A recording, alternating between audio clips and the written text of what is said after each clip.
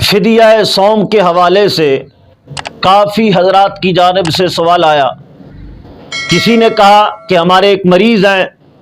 اور ڈاکٹر نے ان کو دوا دے رکھی ہے اور وہ دوا 3 وقت کھانی ہے، اب روزہ نہیں رکھا جا سکتا، تو اس کا کیا فدیہ دینا ہے؟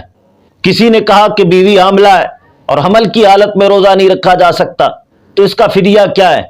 اور کسی نے کہا کہ بچے کو دودھ پلاتی ہے بیوی، وہ روزہ نہیں رکھ سکتی، تو اس کا فدیہ کیا ہے؟ ایک کلپ میں سب کو اکٹھا جواب دیا جا رہا ہے۔ ایسے افراد جن کو یہ ڈر ہو کہ روزہ رکھیں گے تو مرض بڑھ جائے گی یا ہم دیر سے اچھا ہوں گے،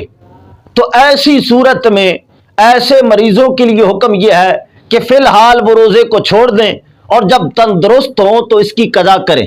اللہ تعالیٰ نے قرآن پاک کے اندر فرمایا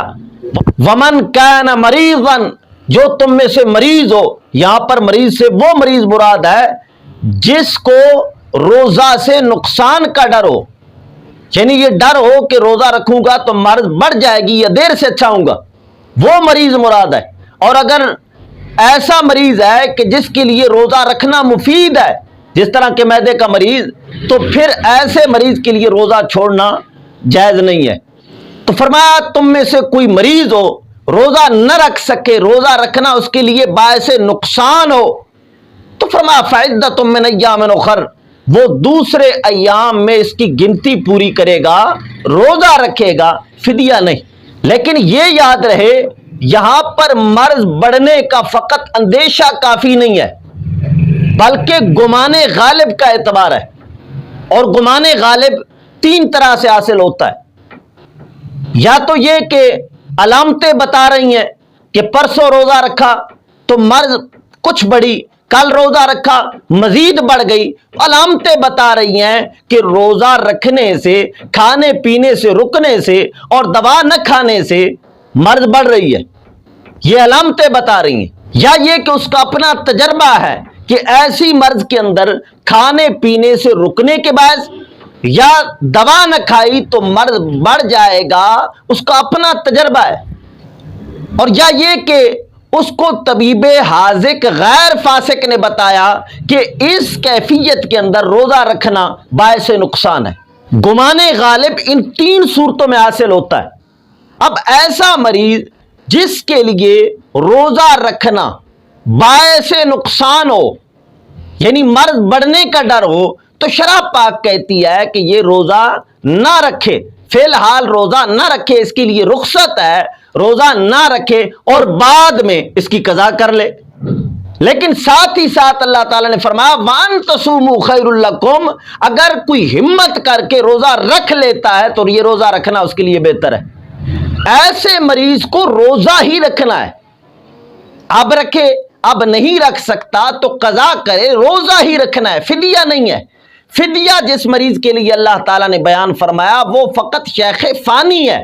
شیخ فانی وہ مریض ہوتا ہے جو بڑھیپے کی اس عمر میں پہنچ چکا ہے جس کو اب تندرست ہونے کی بالکل امید نہیں ہے، دن بدن مرض اور بڑھیپا بڑھتا جا رہا ہے۔ اب ایسے شیخ فانی کے لیے اللہ تعالیٰ فرماتا ہے وَعَلَى الَّذِينَ يُطِيقُونَهُ فِدْيَةٌ طَعَامُ مِسْكِينٍ، فرمایا وہ شخص جو روزے کی طاقت نہیں رکھتا، فدیۃ طعام مسکین، فرمایا اس کے لیے ایک روزے کے عوض 1 مسکین کو کھانا کھلانا ہے، صبح شام 1 مسکین کو کھانا کھلانا ہے۔ وَعَلَى الَّذِينَ يُطِيقُونَهُ، یطیقون یہاں پر باب افعال سلب مادہ کے لیے ہے، یا بقول بعض مفسرین یہاں پر لا مقدر ہے، یعنی یہاں پر اللہ تعالیٰ نے فرمایا جو روزہ رکھنے کی طاقت نہیں رکھتا، جس کے اندر بالکل طاقت ہی نہیں ہے روزہ رکھنے کی، تو فرمایا ایسا مریض 1 مسکین کو کھانا کھلائے، ہر روزے کے بعد صبح شام 1 مسکین کو کھانا کھلائے۔ 1 مسکین کو کھانا کھلانا تو لازم ہے، لیکن آگے فرمایا فَمَن تَطَوَّعَ خَيْرًا فَهُوَ خَيْرٌ لَهُ، جو نفل کے طور پر اس کے اندر اضافہ کرے، نیکی کے اندر اضافہ کرے، 1 روزے کے عوض 1 مسکین کو کھانا کھلانے کے بجائے 2-3 مسکین کو کھانا کھلاتا ہے، فَهُوَ خَيْرٌ لَهُ، اللہ تعالیٰ فرماتا ہے یہ اس کے لیے بہت بہتر ہے۔ تو خیر یہ جو فدیہ صوم بیان کیا گیا ہے یہ فقط شیخ فانی کے لیے ہے، ہر مریض کے لیے نہیں ہے۔ جو مریض ہے روزہ نہیں رکھ سکتا اب اس کو قضا ہی کرنی ہے، فدیہ نہیں ہے۔ فدیہ فقط شیخ فانی کے لیے ہے، جس کے اندر روزہ رکھنے کی امید بالکل ختم ہو گئی ہے وہ فدیہ دے گا۔ لیکن ایسا شیخ فانی اللہ تعالیٰ نے دن پلٹے اور یہ تندرست ہو گیا تو وہ فدیہ اس کا نفل ہو جائے گا، فدیہ ہی اب کافی نہیں رہے گا بلکہ اس کو بھی اب قضا کرنی پڑے گی۔ بہار شریعت جلد اول اور صفحہ نمبر 1006 عالمگیری کے حوالے سے لکھتے ہیں اگر فدیہ دینے کے بعد اتنی طاقت آ گئی کہ روزہ رکھ سکے تو فدیہ صدقہ نفل ہو کر رہ گیا، ان روزوں کی قضا رکھے۔ یعنی اگر فدیہ دینے کے بعد وہ تندرست ہو گیا، روزہ رکھنے کی طاقت لوٹ آئی تو اب وہ فدیہ جو پہلے دیا تھا وہ نفل ہو کر رہ جائے گا، اب دوبارہ قضا کرنی پڑے گی۔ لہذا فدیہ فقط شیخ فانی کے لیے ہے، یعنی جو روزہ رکھنے کی بالکل طاقت ہی نہیں رکھتا، اور دوسرے جو مریض جن کے متعلق پوچھا گیا وہ شیخ فانی نہیں ہے، ابھی روزہ نہیں رکھ سکتے، تو لہذا سردیوں میں رکھ لیں، اکٹھے نہیں رکھ سکتے تو ایک ایک کر کے رکھ لیں، ایک ہفتے میں ایک رکھ لیں، دوسرے ہفتے میں دوسرا رکھ لیں، اس طرح کر کے رکھیں۔ ان کو روزے ہی رکھنے ہیں، قضا ہی کرنی ہے، فدیہ نہیں۔ فدیہ فقط شیخ فانی کے لیے ہوتا ہے جو روزہ رکھنے کی بالکل طاقت ہی نہیں رکھتا۔ اب ایسا مریض جس کے اندر روزہ رکھنے کی طاقت ہی نہیں ہے،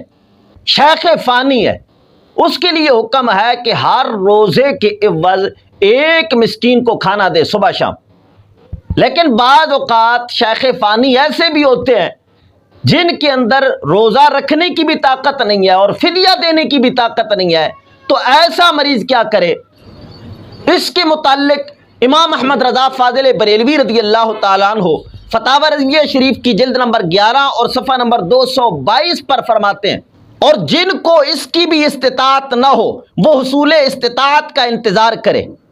اور اپنے رب سے انابت و استغفار کہ وہی قرآن کریم میں فرماتا ہے لا یکلف اللہ نفسا الا وسعها، خدا کسی کو اس کی طاقت سے زائد حکم نہیں دیتا۔